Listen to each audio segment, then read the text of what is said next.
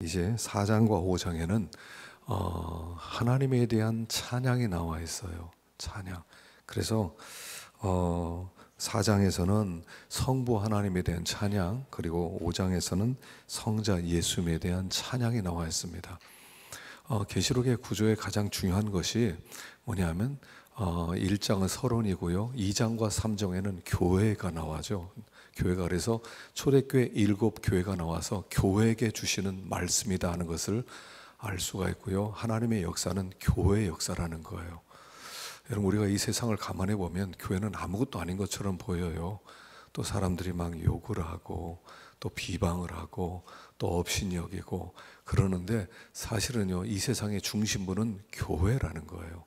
그래서 하나님께서는 모든 역사를 교회를 중심으로 이끌어가는 것입니다. 그래서 이 세계 역사는 교회사예요. 이 모든 하나님이 이 역사를 주관하시는데 어떻게 주관하냐면 이 교회를 구원하시는 방향으로 하나님께서 모든 것을 통치하는 거예요. 모든 사건은 교회 중심이에요. 그래서 우리는 이 세상에 일어나는 모든 사건이라든가 또 이 세상에서 일어나는 그런 어떤 기근이라든가 어떤 지진이라든가 이런 모든 것들을 볼 때 하나님이 교회를 중심으로 이끌어 가신다 하는 이 시각을 우리는 먼저 가지고 있어야 됩니다. 그래서 마치 교회는 아무것도 아닌 것처럼 이 역사의 주변에 있는 것처럼 보이지만 사실은 가장 중요한 것은 교회라는 거예요. 하나님이 이 교회를 사랑하시고 이 교회를 하나님이 마침내 구원하실 계획을 가지고 모든 역사를 이끌어 가신 분이다 하는 것입니다. 그래서 여기 본문에 보면 1절에 보면요, 한번 1절 읽어봅시다. 시작. 내가 보매 보좌에 앉으신 이의 오른손에 두루마리가 있으니 안팎으로 섰고 7인으로 봉하였더라. 여기에 내가 보매 보좌에 앉으신 이의 오른손에 두루마리가 있다. 자, 보좌에 앉으신 분이 있고요, 그리고 그 오른손에 두루마리가 있습니다. 7절에도 보면 똑같이 이렇게 나와요. 그 어린 양이 나와서 보좌에 앉으신 이의 오른손에서 두루마리를 취하시니, 보좌에 앉으신 분, 그 오른손에 있는 두루마리. 또 여기 13절에도 보면 내가 또 들으니 하늘 위에와 땅 위에와 땅 아래와 바다 위에와 또 그 가운데 모든 피조물이 이르되 보좌에 앉으신 이와 어린 양에게 찬송과 존귀와 영광과 권능을 세세토록 돌릴지어다. 보좌에 앉으신 분. 이 신약 성경에는 보좌라는 말이 62번이 나와요. 그리고 계시록에만 47번이 나오는 단어가 보좌란 단어예요. 다시 말하면 이 요한계시록의 핵심 되는 단어가 뭐냐면 보좌라는 거예요. 보좌. 이 하나님의 보좌를 설명하는데 이 보좌가 여기 계시록에는 꽉 차 있어요. 하나님의 보좌. 그래서 보좌에 앉으신 분, 보좌에 앉으신 그분이 모든 세상 만물을 통치하신다. 이게 어떻게 생각하면 요한계시록의 내용 전체고요, 성경 내용 전체예요. 보좌에 앉으신 그분이 이 세상 모든 것을 통치하시고 다스리신다. 그 하나님이 계시다 하는 것을 우리에게 가르쳐주고 있습니다. 이 당시의 사람들은 어떤 사람들이냐면 지금 굉장히 그 로마의 황제 핍박 아래 있는 사람들이에요. 여러분, 로마 황제 10대 핍박은 굉장히 큰 일이었습니다. 그래서 그 10대 핍박 속에서 그들은 굉장히 어려움 가운데 있었고요, 핍박을 받았고요, 지하 땅 속에 숨어서 그들이 신앙생활하는 그런 지경에 있을 때 여기 요한계시록을 통해서 너희들이 로마 황제가 진짜 보좌라고 생각하느냐? 그렇지 않다. 진짜 보좌, 하늘에 앉으신 그분이 세상을 통치하신다. 이 세상에 일어나는 모든 일들은 그분의 허락 없이 일어나는 일은 없다라고 못 받고 있는 것입니다. 그래서 우리가 하늘 보좌를 바라볼 수 있어야 돼요. 그래서 성경에 보면 구약 성경부터 때때로 보좌 이야기가 나와요. 그래서 욥에서도요, 하늘 보좌가 보입니다. 하늘 보좌에 하나님이 좌정하시고 그리고 마귀가 와서 이 욥을 이제 시험하는데 허락을 받는 이야기가 나오고요. 또 미가야라고 하는 선지자도 아방을 죽일 때 하나님 보좌에서 하나님의 음성을 듣는 그 이야기가 나오고요. 그것이 힌트가 되어서 바울이 다메섹 도상에서 밝은 빛을 보았을 때 그가 하나님 보좌를 보았다는 것입니다. 스데반도 역시 돌에 맞아 죽어가면서 하늘 보좌를 보았어요. 여러분, 이 세상에 되어지는 모든 일들은 하나님 보좌에서 결정된 일들이라는 거예요. 어떤 것 하나, 이 세상에서 되어지는 어떤 일 하나, 파리가 날아다니고 모기가 날아다니고 개미가 기어다니고 이 겨울에 개나리가 꽃 피우고 이런 모든 일들이 다 하나님의 보좌에서 결정된 일들이고, 어떠한 일들도 아무 일도 하나님의 보좌에서 허락하지 않은 일은 일어나지 않는다는 거예요. 그래서 우리는 하나님의 섭리, 하나님의 보좌에서 결정해서 일어나는 모든 일들을 섭리 가운데 일어나는 일들이다라고 우리는 말하게 되는 것이다. 모든 것이 하나님의 섭리 가운데 있는 일들이에요. 그래서 우리는 이 세상에 있는 역사를 바라볼 때 두려워하지 않습니다. 왜냐하면 그 뒤에 계신 하나님을 바라보기 때문에, 하나님이 계시기 때문에 하나님의 모든 것을 주님께서 통치하시고 다스리시고 보존하시고 조종하시고 모든 일을 그분이 하시기 때문에 우리는 이 세상에 일어나는 그 일 자체만을 바라보고 두려워하고 염려하고 그러지 않는다는 거예요. 그 뒤에 하나님이 계시니까. 그래서 우리가 항상 그 믿음이 있어야 됩니다. 하나님이 계신다, 하나님이 통치하신다, 하나님이 다스리신다, 하나님께서 하시는 일이다. 항상 하나님 앞에 우리는 굴복해야 되고 하나님의 역사를 볼 수 있어야 된다 하는 것입니다. 그래서 여기는 본문에 보좌가 나오는 거예요. 믿는 사람들은 생명의 문제가 해결됐기 때문에 무슨 일이든지 어떤 사건 때문에 두려워하지 않아요. 여러분, 이제요 마지막 때에 어떤 일들이 벌어지냐면 하나님이 우리를 구원하기 위해서 이 세상을 심판하는 거예요. 이게 요한계시록의 내용이에요. 우리를 구원하시려면 이 세상을 반드시 심판하셔야 돼요. 그러니까 사람들이 누가복음에 있는 것처럼 기절할 만한 일들이 벌어질 거예요. 여러분, 그때 놀라지 말라는 거예요.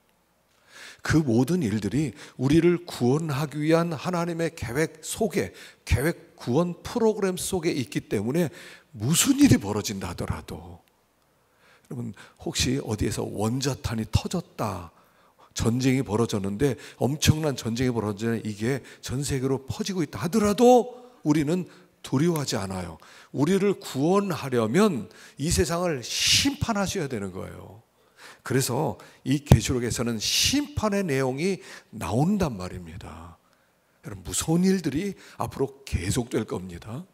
지진도 일어날 것이고 또 쓰나미도 찾아올 것이고, 그리고 기근도 있을 것이고 전염병도 있을 것이고, 그리고 생각할 수 없는 그런 재앙들이 찾아올 텐데 그 모든 것 뒤에는 하나님이 계시다, 이 믿음이 있어야 마지막 때 우리 이 시험을 통과하고 구원을 받게 되지, 어떤 사건 하나를 바라보면서 두렵다, 사건 하나를 보면서 무섭다, 어떻게 피할 수 있느냐, 그렇게 생각하면 우리는 하나님이 우리를 구원하기 위해서 하는 그 심판에 같이 휩쓸려 가는 거예요. 그러니까 우리를 구원할 때 엄청난 사건들은 반드시 일어나야만 해요. 그래서 여기에 이제 인을 떼는 이야기, 또 이렇게 나팔이 불려지는 이야기, 또 대접이 부어지는 이야기, 그런 이야기들 속에서 계속 엄청난 일들이 벌어지는데 중간중간에 무슨 일이 벌어집니까? 하나님께서 천사를 보내서 하나님의 택한 백성의 이마에 도장 찍는 이야기가 계속 나오는 거예요. 그런 재앙들 속에서 주님께 돌아오는 역사들이 계속 있게 된다는 거예요. 그렇기 때문에 항상 보좌를 바라봐야 돼요. 하나님의 보좌. 모든 일은 하나님이 통치하시는, 하나님은 실질적인 왕이시다는 그 믿음이 있어야 돼요. 그래야 두려워하지 않을 수 있고, 그래야 시험도 이길 수가 있고, 그 믿음이 있어야 돼요. 보좌에 앉으신 분, 그분이 오른손에 두루마리가 있는데 이 두루마리를 안팎에 썼고 7 인으로 봉하였더라. 굉장히 놀라운 비밀이 하나 있어요. 다니엘서에 보면 그 마지막 때 일어날 일을 봉하면 얘기가 나죠. 아무도 보지 못하게 하라. 마지막 때 이제 펼쳐질 것이다. 그런 얘기가 있어요. 이 두루마리는 뭐냐면 하나님께서 이 세상을 어떻게 심판하고 어떻게 구원하실 것에 대한 세밀한 구원 계획이 기록된 책이라는 거예요. 그런데 아무도 보지 못하게 했어요. 이미 하나님의 계획은 분명합니다. 분명합니다. 우리가 이 말세가 될수록 우리가 하나님께 집중하지 않으면 이 세상에 빠지게 되어 있고, 이 세상에 빠지면 우리가 이 세상을 두려워하고 세상 염려에 우리가 빠져서 술 취함과 방탕함과 세상의 염려로 그날이 덧구같이 말이라. 덧구같이 말이라. 그렇기 때문에 이 마지막 때는요, 자꾸 깨어야 돼요. 나는 세상에 속한 자가 아니다. 나는 하나님께 속한 자이다. 난 이 세상 나라에 속하지 않았다. 다가오는 하나님 나라에 속한 자다. 그 나라는 오고 있다. 그 나라를 성취하기 위해서 하나님께서 이 세상 나라를 심판할 것이다. 그래서 주님을 자꾸 바라보자. 그래야 우리가 믿음으로 이겨낼 수가 있지, 연약해서 다 넘어진다는 얘기예요. 다 넘어지게 돼 있어요. 마지막 때는 노아의 때와 같고 롯의 때와 같은데, 노아의 때와 롯의 때의 특징이 뭐냐? 먹고 마시고 시집가고 장가고 집 짓고 사고 팔고 이거예요. 그냥 뭐냐면 이들의 관심은 세상 나라였다는 거예요. 하나님 나라가 아니었다는 거예요. 먹고 마시고 또 집 짓고 사고 팔고 그리고 시집가고 장가고, 이게 전부였다는 거예요. 초점이 여기에 맞춰져 있다는 거예요. 하나님 나라가 아니라 하나님 나라. 우리의 초점은 하나님 나라여야 된다는 거예요. 그래서 그 나라가 지금 오고 있는 중이다. 우리 하나님께서 그 나라를 세우기 위해서 지금 모든 우주 만물들을 그렇게 인도하시는 중이다 하는 그 믿음을 가져야 우리는 마지막 때를 이겨낼 수 있다. 그래서 이 계시록은 이런 거라고 그랬죠. 응원가예요. 응원가. 하나님께서 이 마지막 때 되어질 일을 얘기하면서 우리 백성 이겨라, 하나님 백성 이겨라, 이겨라. 옛날 운동회 때 이겨라, 이겨라 했던 것처럼 이 성경을 통해서 우리들에게 이겨라, 이겨라 하고 응원하고 있는 내용이라는 거예요. 우리는 천성을 향해서 지금 다른박질 치는 중이기 때문에 보좌에 앉으신 그분, 거기에 항상 초점을 맞춰야 돼요. 보좌에 앉으신 그분, 이 세상을 통치하시고 다스리는 그분. 자, 그런데 그분이 이 두루마리를 가지고 있는데 아무도 사람들 중에서 이 두루마리의 구원을 성취할 사람이 없었다는 거예요. 그런데 여기 한 분, 그분이 다윗의 뿌리, 여기 다윗의 유대지파의 사자 다윗의 뿌리가 이겼으니 그 두루마리와 일곱인을 떼시리라. 그리고 6절에 우리 6절 보십시다. 시작. 내가 또 보니 보좌와 내 생물과 장로들 사이에 한 어린 양이 서 있는데 일찍이 죽임을 당한 것 같더라. 그에게 7 뿔과 7 눈이 있으니 이 눈들은 온 땅에 보내심을 받은 하나님의 7 영이더라. 여기에 보면 내 생물과 장로들 사이에 어린 양이 서 있는데 일찍 죽임을 당한 것 같더라. 9절에도 보면 그들이 새 노래를 불러 이르되 두루마리를 가지시고 그 인봉을 떼기 합당하도다.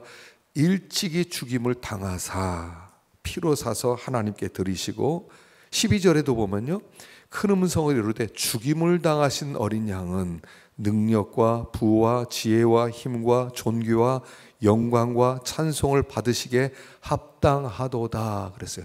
여기 죽임을 당한 어린 양, 그냥 어린 양이 아니라 일찍 죽임을 당한 어린 양, 그분이 하나님의 오른손에 있는 두루마리를 취하시고 그 구원 계획을 성취하시는 승리자다 하는 것을 말씀하고 있습니다. 누가 구원 역사를 이루어 가셔요? 어린 양, 일찍 죽임을 당하시고 그리고 피를 뿌리신 그분이 최고의 승리자시다. 그분을 통해서 하나님의 구원이 성취된다라고 얘기하셔요. 그러니까 여기 예수님께서 최고의 승리자인데 어떤 승리자가 되셨냐면 죽임당한 승리자란 뜻이에요. 예수님께서 이 세상에서 죽임을 당했어요. 근데 그 죽임을 당했더니 그분이 승리자가 되셨다는 내용이에요. 아니, 죽임을 당하면 패배자지 어떻게 승리자입니까? 예수님께서는 죽임 당함으로 말미암아 승리하신 거예요. 그리고 그 승리로 말미암아 우리들을 무한정으로 우리를 사서 하나님의 백성으로 돌려드리는 그런 승리자가 되셨다는 것을 말씀하세요.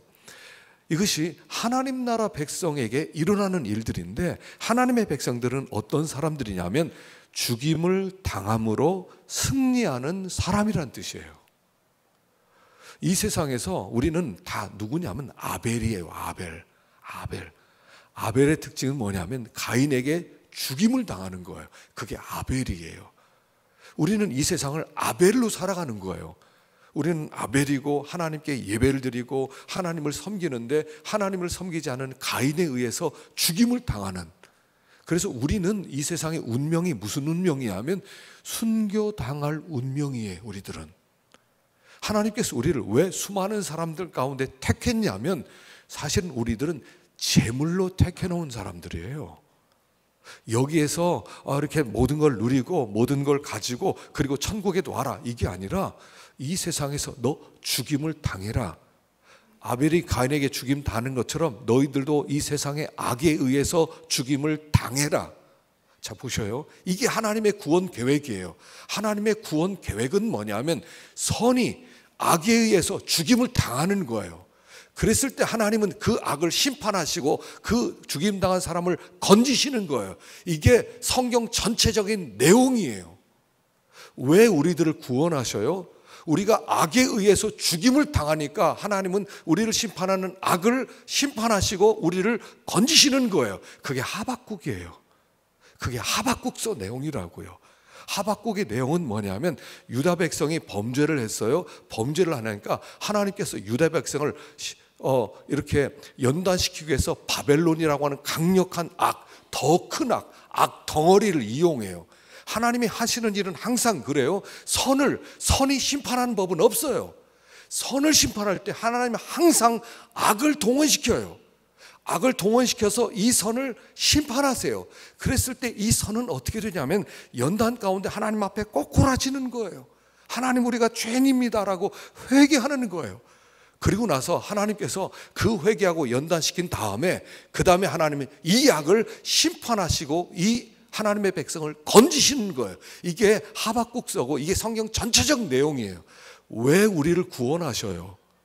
아무것도 안 하는데 구원하셔요? 아니요. 이 세상에 의해서 억울하게 죽임을 당하니까, 죽임을 당하면서 연단을 받는 가운데 주님께 하소연하고 주님께 부르짖으니까 하나님은 이 선을 심판하는 악을 제거하시고 바벨론을 심판하시고 하나님의 백성을 건지는 내용이에요.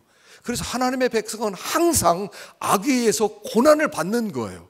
고난 받으면서 내가 저 악을 그냥 두지 않겠어, 저 악을 내가 뒤집어 버리겠어, 그렇게 하는 게 아니에요. 악에 의해서 고난 받을 때 하나님의 백성은 항상 엎드려야 돼요.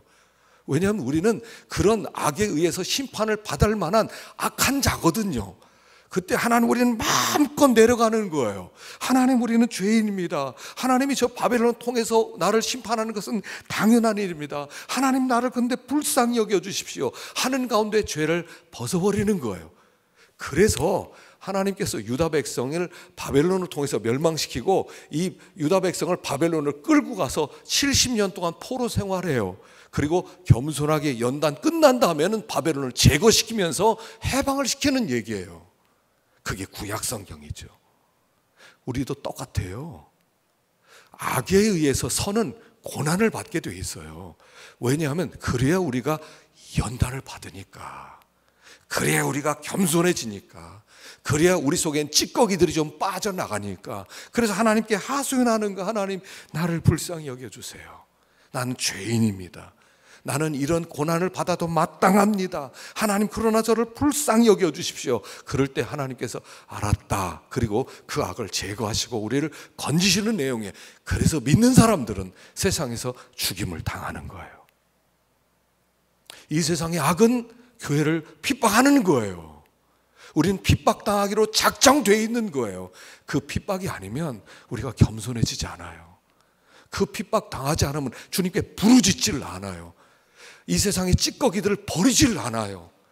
그래서 그냥 하나님만 찾도록 하기 위해서 우리 하나님께서 우리에게 이런 연단과 고난을 주셔서, 하여간 믿는 사람들은요 이걸 생각하셔야 돼요. 나는 고난 받을 것이다. 그런데 놀라운 게 있어요. 그 아우슈비츠 수용소에서 이렇게 유대인들을 그때 한 650만 명을 죽였습니다. 650만 명을 죽일 때 그때 살아남았던 빅터 프랭클이라는 사람이 있어요. 이 빅터 프랭클은 의미요법이라고 하는 독특한 이제 그 치료법을 거기서 개발하면서 굉장히 그 심리학자가 되면서 또한 의학자가 되었는데, 이 사람이 거기서 고난을 받을 때 이렇게 생각했다는 거예요. 아우슈비츠 수용소에서 14시간 동안 중노동을 시킵니다. 그러니까 14시간 동안 중노동을 시키고 먹을 것도 주지 않고 거의 사람들이 죽어가는 거예요. 죽는 게 낫다고 생각해서 막 죽어가요. 근데 이렇게 생각했대요. 내가 고난을 받으면 우리 가족이 편안하게 산다. 그러니까 그 고난을 견딜만 하더라는 거예요. 그래서 이 사람이 이제 의미요법이라는 걸 만들었는데, 사람의 삶이 의미가 있으면 힘이 나서 결코 포기하지 않는다는 거예요. 이 사람은 자기가 거기서 죽어나가는 사람들이 계속 죽어나가는 그 고난 속에서, 이 고난은 다른 사람, 내 가족을 위한 고난이다. 내가 끝까지 버텨야 우리 가족이 살 수 있다. 그래서 버텼다는 거예요. 뭐냐면요, 성도들의 고난의 이유가 있어요. 왜냐하면 내가 고난을 받으면 그 고난의 대가로 다른 영혼들이 살아나는 거예요. 예수님이 고난 받음으로 하나님께 속한 많은 백성들이 살아난 것처럼, 내가 고난 받는 것은 의미 없는 고난이 아니라는 거예요. 스데반이 고난 받아서 죽음으로 바울이 살아나는 거예요. 이게 미랄 법칙이에요. 미랄. 한 알의 미랄이 썩어 죽으면 열매를 맺는 것처럼, 우리가 고난을 받는 것은 단순히 우리만 고난을 받는 것이 아니라 우리의 고난을 통해서 어떤 영혼들이 살아난다는 거예요. 그래서 하나님은 우리들을 이 세상에서 우리를 연단시키시고 다른 사람을 살리는 도구로서 우리를 택했고, 우리는 아벨은 가인에 은혜에서 계속 핍박을 당할 수밖에 없다 하는, 그리고 마지막 날 그렇게 핍박당한 우리를 건지시기 때문에 죽임 당하는 자가 승리자다, 지금 이렇게 되는 거예요. 죽임 당하는 자가 승리자다. 그래서 우리의 운명은요, 죽임 당할 운명이고요, 죽임 당함으로 말미암아 주님이 찾아오셔서 우리를 건지시는 얘기예요. 그래서 세상에서 우리는 이렇게 생각하잖아요. 그냥 편안하게 살면 좋겠다, 문제 없이 살면 좋겠다, 고난 없이 그냥 이렇게 살다가 죽으면서 천국 가면 좋겠다 하지만 그렇지 않아요. 많은 고난이 있어요. 그래서 우리가 하나님 나라에 들어가려면 많은 환난을 겪어야 할 것이니라 라고 말씀을 하는 것입니다. 자, 10절 읽어보십시다. 10절 시작. 그들로 우리 하나님 앞에서 나라와 제사장을 삼으셨으니 그들이 땅에서 왕노릇하리로다. 자, 예수님이 그 피로 말미암아 우리를 건지셔서 우리를 나라와 제사장으로 삼으시고 우리를 땅에서 왕노릇하도록 만들어 주신다는 거예요. 이게 우리의 운명이에요. 우리의 운명은 뭐냐면 왕노릇하게 될 운명이라는 거예요. 하나님이 우리를 선택했을 때 우리를 왕으로 부르셨다는 거예요.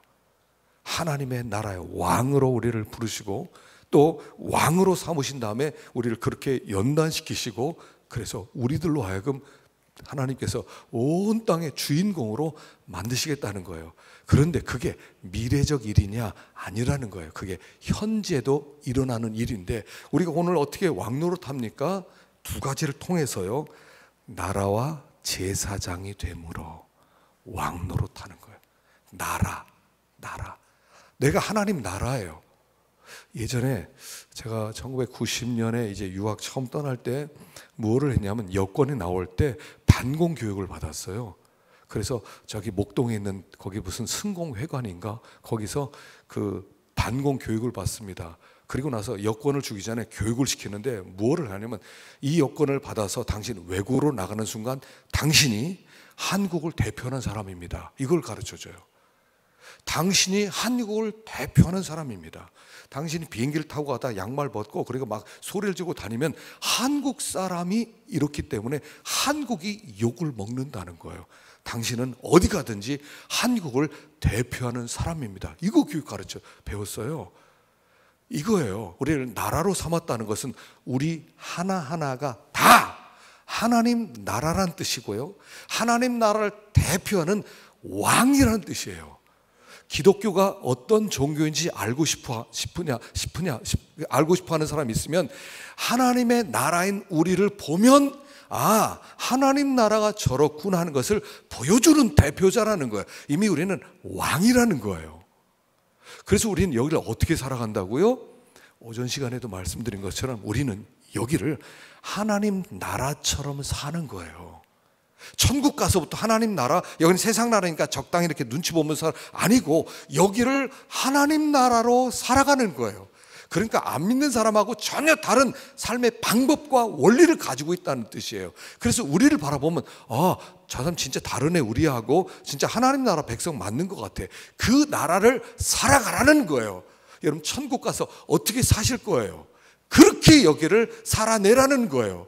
천국 가서 막 미워할 겁니까? 천국 가서 시기할 겁니까? 천국 가서 막 싸울 겁니까? 천국 가서 사기칠 겁니까? 천국 가서 거짓말 칠 겁니까? 안 할 거잖아요. 할 수도 없을 거잖아요. 그 삶을 여기서 살아내라는 거예요. 나에게 보내신 그 가정 속으로 들어가서, 나에게 주신 직장 속으로 들어가서 하나님 나라 백성처럼 살아내라는 거예요. 천국 가서가 아니라 여기서. 그래서 우리가 나라라고 하는 왕이 되는 거예요. 우리는 이미 왕이에요. 다른 사람들이 우리를 바라볼 거예요. 그리고 우리의 삶을 볼 거예요. 그리고 아, 저게 기독교구나 하는 것을 보여주라는 거예요. 그게 피로 우리를 사서 나라로 삼으셨다, 이런 뜻이에요. 제사장도 그래요. 왕 같은 제사장이죠. 그래서 구약시대는요, 제사장들이요, 레위 사람들 중에 레위 사람들이 제사장인데 그 당시에 어떻게 했냐면 11지파가 흩어져 사는데 이 레위 지파를 찢어서 11개로 찢어서 각 나눠줬어요. 너는 요만큼은 여기 르우벤 지파, 요만큼은 유다 지파, 요만큼은 저 시몬 지파, 너희들 거기 가서 살아라. 그래서 각 지파 속에는 레위 사람들이 있어요. 그래서 그 레위 사람들을 하나님을 섬기고 제사를 드려주고 그 사람들이 오면 그 사람들을 기도해주는 이 사람들이 레위 사람들이었다고요. 이 세상에 믿는 사람보다 안 믿는 사람이 훨씬 더 많아요. 그리고 하나님께서는 우리를 제사장으로 부르셔서 각 곳으로 보내는 거예요. 만일 아파트가 하나 있다면 아파트에 믿는 사람이 5이다 그러면 그 5이 아파트를 책임지라는 거예요. 학교 학생들이 있는데 반명에 40명 있는데 거기 믿는 사람은 2이에요. 그럼 2이 40명을 책임지라는 거예요. 이 월평동에 사람들이 뭐 예를 들어서 15만 명이 살고 있다, 15만 명이 살고 있다. 그런데 거기에 예수 믿는 사람이 100명이다 그러면 그 100명이 15만 명을 감당하는 제사장이라는 거예요. 우리는 빼도 박도 할 수 없을 만큼 우리는 결정된 길을 걸어가는데 제사장의 길을 걸어가고 다른 사람을 책임지는 사람들이 되었다는 거예요.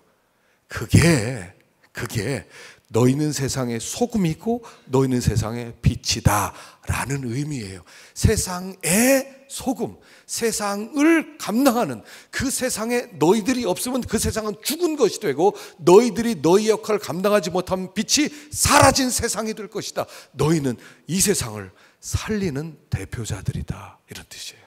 그게 제사장이에요. 그래서 우리는 이 시대를 바라보면서도요, 기도 많이 하셔야 돼요. 아, 나 관계없는 일이야. 아, 이 세상 지네들 알아서 하라고 그래. 아니에요. 우리 이 땅을 바라보면서 하나님께 기도해야 돼요. 가정을 보면서 또 기도해야 돼요.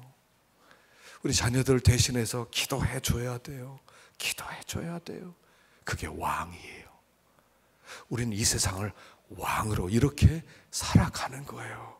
이렇게 왕으로 살아가던 그들에게 하나님께서 우리를 세상을 맡겨주시는 거예요. 하나님의 신적 대리자로서 마침내 온 땅을 다스리는 그런 자로 우리를 삼으신다 하는 거예요. 그래서 이미 우리는 나라와 제사장이 되었고 하나님 나라를 대표하는 사람들이 되었으니까 우리가 그 길을 가는 것이다. 그 길을 가는 것이다. 그래서 힘겨운 싸움을 싸워요. 여러분 얼마나 힘겨운 싸움을 싸우고 가십니까? 하루하루가 얼마나 힘겨우시고요. 또 얼마나 또 많은 문제들이 있고요. 주변에 얼마나 부딪히는 인간관계들이 있습니까? 거기서 이유 없이 미움을 당할 땐 또 얼마나 많습니까? 그런데 우리는 그 일을 하기로 작정된 사람들이라는 거예요. 그 일을 위해서 부름받은 사람들이라는 거예요. 그래서 그 일을 위해서 선택받았기 때문에 단순히 그냥 이렇게 뭐 선택받았으니까 그냥 예배드리고 적당히 다 천국 가면 되지, 여러분 이런 생각하지 마시고 여기를 하나님 나라로 살아내시고 하나님의 백성으로 살아내셔서 마침내 하나님께 영광 돌리는 우리가 될 수 있기를 축원합니다. 기도하십시다. 우리 함께 기도하겠습니다. 보좌에 앉으신 분이 계십니다. 온 우주 만물을 통치하는 어떤 사건, 큰 사건뿐 아니라 작은 사건 하나도 그분의 눈에서 떠난 사건이 없고요, 그분의 허락 없이 일어나는 사건 없어요. 참새 한 마리 떨어지는 것도 하나님이 결제해 주셔야 떨어지는 것입니다.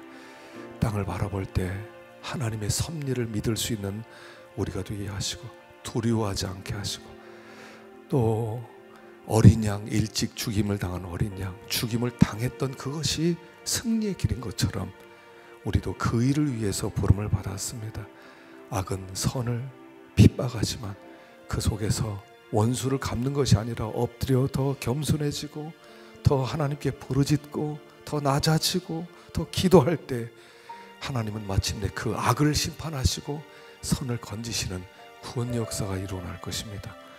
우리는 나라와 제사장입니다. 이미 왕으로 사는 사람입니다. 이것이 이 세상에 희생하는 왕의 모습인 것입니다. 아버지, 지금 오늘을 하나님 나라로 살아갈 수 있는 우리가 되게 하시고, 주님께서 그런 자들에게 함께 하시고 힘 주셔서 승리하는 생이 될 수 있도록 은혜 베풀어 주옵소서. 우리 시간에 함께 우리 생임질하면서 기도하십시다. 하나님 아버지 감사합니다.